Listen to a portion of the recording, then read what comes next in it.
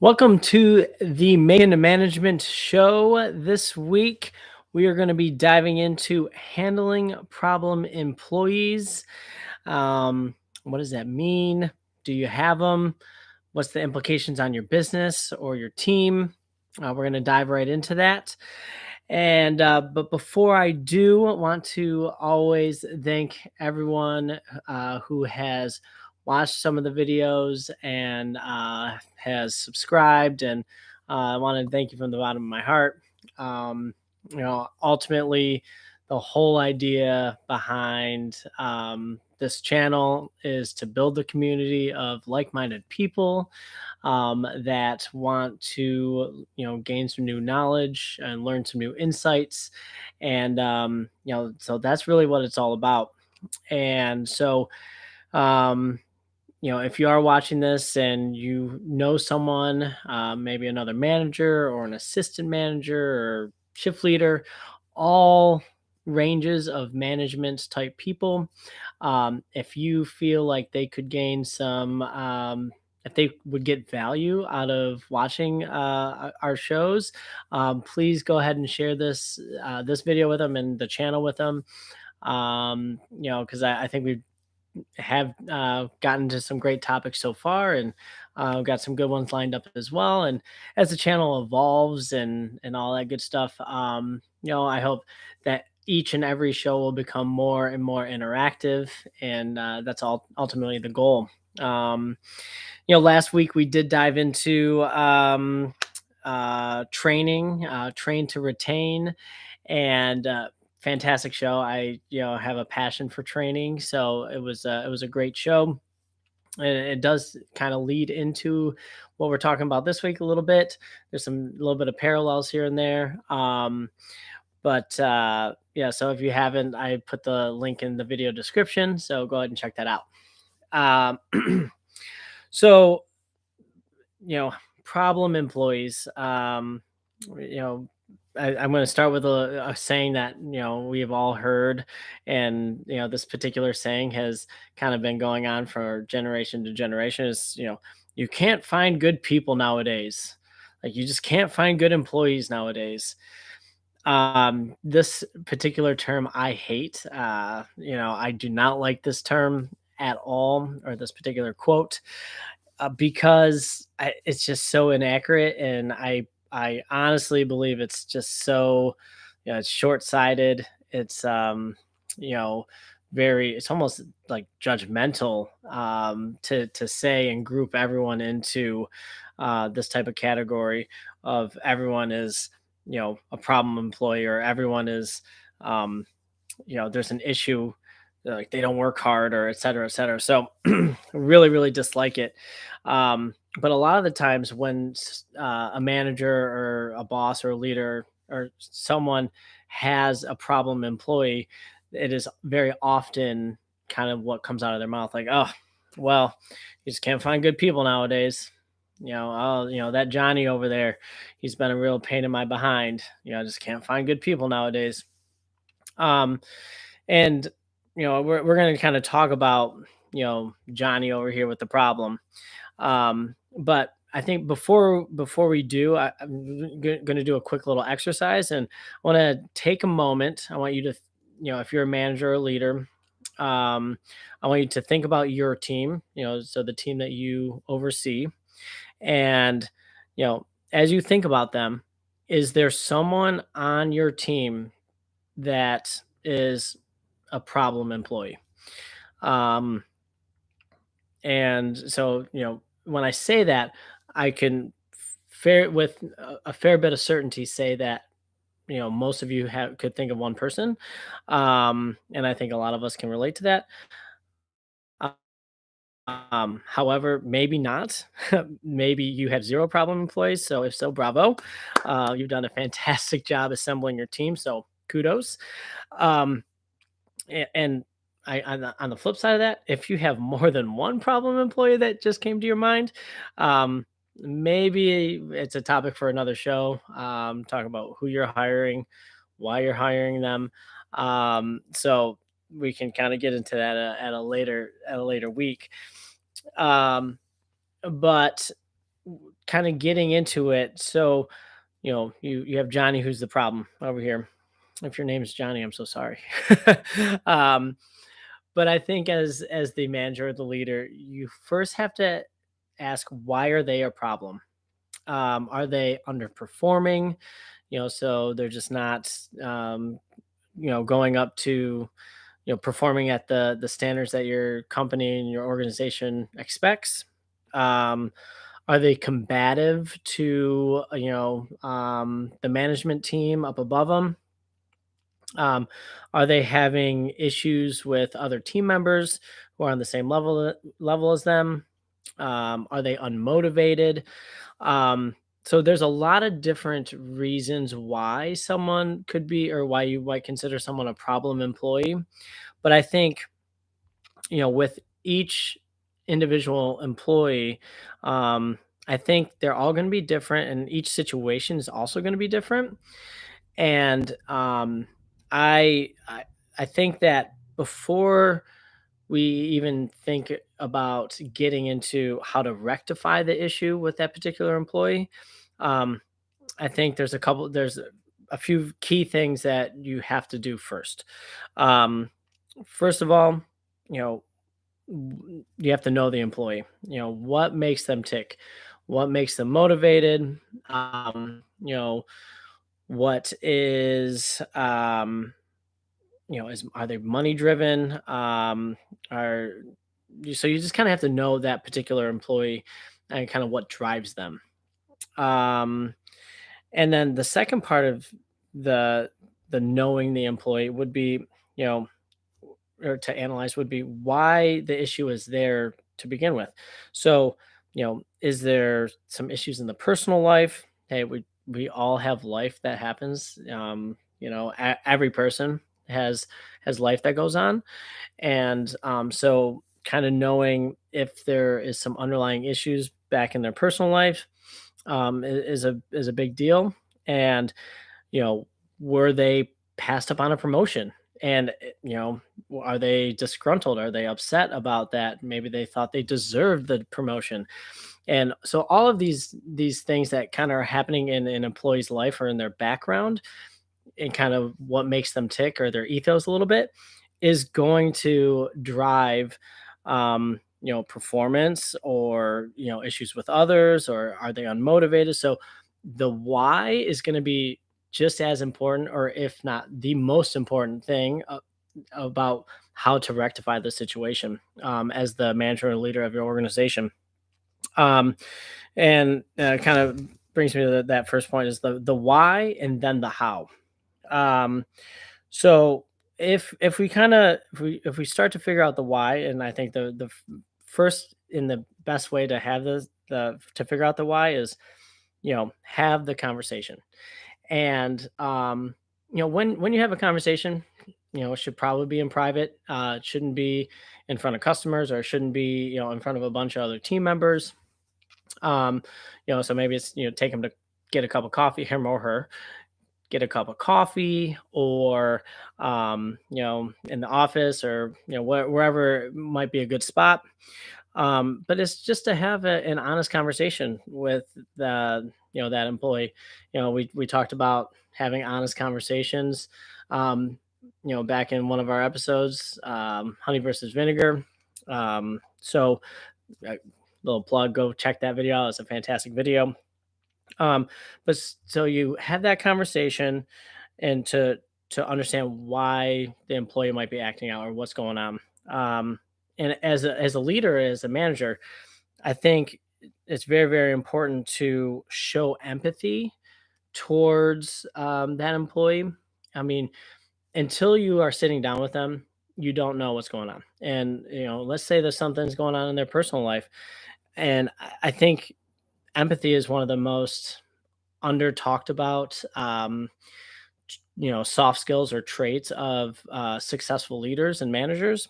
And so you have to have that empathy to be able to communicate, and to just have a genuine conversation with that problem employee.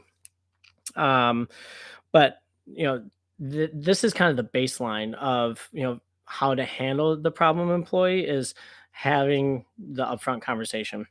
Um, and that kind of gets you to why it might be happening. Now, when you kind of go into like the more tactical, um, or the technical aspect rather, is how do you get the employee to um, become less of a problem? um, and so first, you know I would say, first you kind of have to document that you have a conversation, and you say, we're going to write down kind of what's going on, that we talked about it, um, and that this behavior, maybe again it's issues, they're a cancer within the team. They're causing issues. There's a lot of unrest amongst all the employees, and which ultimately is going to cost your business. Cost you customers, cost you productivity. Um, it just doesn't give a great culture. So I think, documenting, what the issue is and the fact that we are having a conversation about it. And then, step two to that would be creating an action plan for that employee, um, to be able to better themselves, or, to take the steps forward, to kind of get in better standing with you. Now, I think that, um, the action plan is going to be a little bit different for everyone, and it's going to be situational. This is where I would say, hey, throw something in the chat here. Let me know kind of what you might be thinking or what you're going through. But if you have an action plan, that kind of allows you to go back and refer to that action plan when, you're doing the next step, which would be to follow up with, that employee. So you've documented what's going on, what's happening, and you're having that conversation. You've Number two, you've set an action plan very specific to that employee, and what might, very feasible and logical and attainable steps for them to get better, and, to be no longer the problem. And then finally, the that last step, the follow up, so critical, super important. I like this step is kind of what drives home the whole point, kind of the final nail in the coffin type deal. That um, the fact that you're having a conversation, the fact that you document, the fact that you created an action plan doesn't mean anything if you're not, having active follow up with, Johnny over here. Um, and that follow up could just be, just checking in. It could be just kind of, reviewing their work. It could be, you know, just kind of having your finger on the pulse of the rest of the team to see if are some of those issues being resolved. Um, so that follow up piece, um, is what kind of brings everything full circle for you to really see if there has been improvement. Um, I think one of the things as leaders and managers is that we want to do it all, and there's an issue with a team member, the problem employee Johnny, and we have to be the ones to take care of it, as the highest level leader. And you know I I can empathize with that, and because sometimes I want to be the person to take care of, any sort of issues within the team. um, but I think one very important step and or actionable plan for you is to utilize your entire management team. So, let's say you have a general manager, an assistant manager, and maybe two assistant managers, something like that. Um, and I think a question that you have to ask yourself if you're on the top level is, does Johnny, or does this particular employee connect better with someone other than me?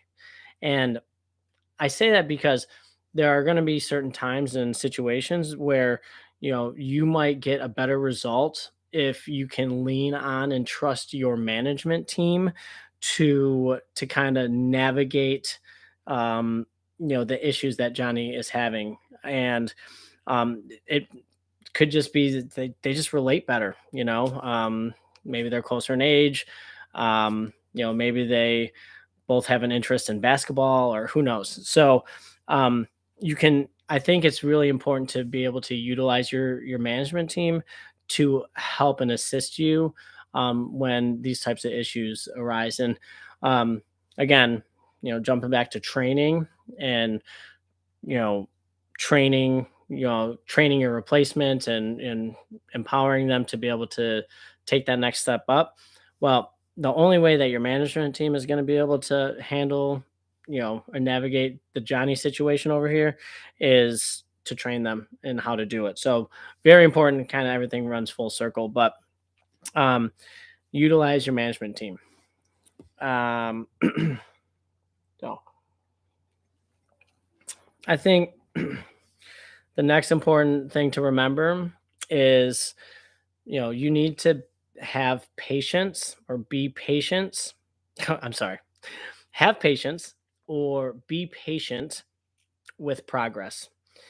And I think that it's a really important thing because you've documented, you've created your action plan, and maybe Johnny is working through that action plan, and they are trying, but they regress a little bit. They have a little stumble, or a little spat with another team member, or maybe on Friday he came in and just was unmotivated that particular day. But there has been progress thus far, and if that has been the case, then you need to be patient with him when the he kind of stumbles a little bit through the process. um if you're not patient, then you're never going to be able to help Johnny get back to the potential that you saw in him when you hired him, and getting him back to firing all on all cylinders. So continue to be patient through the process. Super super important. um all right, and then let's just say that you've done all these steps. You've been working with maybe you're working with Johnny, and Johnny's just not seeming to get better. um Kind of ignoring the action plan, um continuing to do the same type of the things that makes him a problem. um you know Continues to be a cancer for the rest of the team. If that is the case, and he's not following the action plan, and all of these things you're going to kind of realize in the follow-up, which is that third step. If they're not getting any better, it's one of those situations that maybe it's just not right for them. Maybe it's not a right fit for Johnny. Maybe it's not a right, and it probably isn't a right fit for Johnny to be on your team. um and that is okay. Sometimes, certain people don't jive with certain teams. That happens. Um, Sometimes personalities just clash a little bit, and they don't necessarily make great teammates. And they could be fantastic as an individual, but maybe that type of personality really disrupts the whole culture of what you had going on. and and I think as a leader or a manager, you have to recognize, is that the case? And if it's the case, it might be a better situation to just kind of mutually part ways. um Obviously, there are a lot of various employment law issues and things that we don't need to really dive into here. But um I would say stick to your employee handbook if you have one. Stick to the processes and the guidelines set forth within it before making any decisions. um there, because every organization has something like this, or I would assume they do.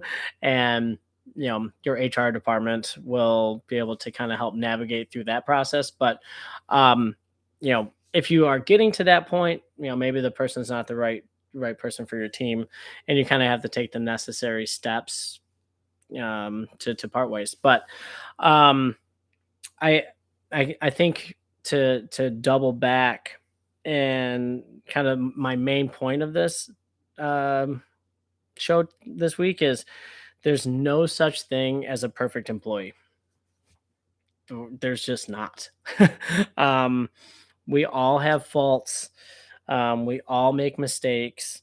And when that occurs, are you, as the leader or the manager, are you understanding? Are you empathetic? Do you give that second chance? Um, or do you automatically just assume and label that employee as a problem? And if you've already put that label on that employee, you're probably going to treat them a little bit different. They may go down in shifts, or they may not get the um, an ideal project, or so if I want you to, as the leader and manager, I want you to kind of always realize that we're not perfect, and mistakes happen. And um, when they do, you know, pick them back up, or pick her back up, and tell them it's okay, pat them on the back, and say, we'll get it next time, and be there to coach them.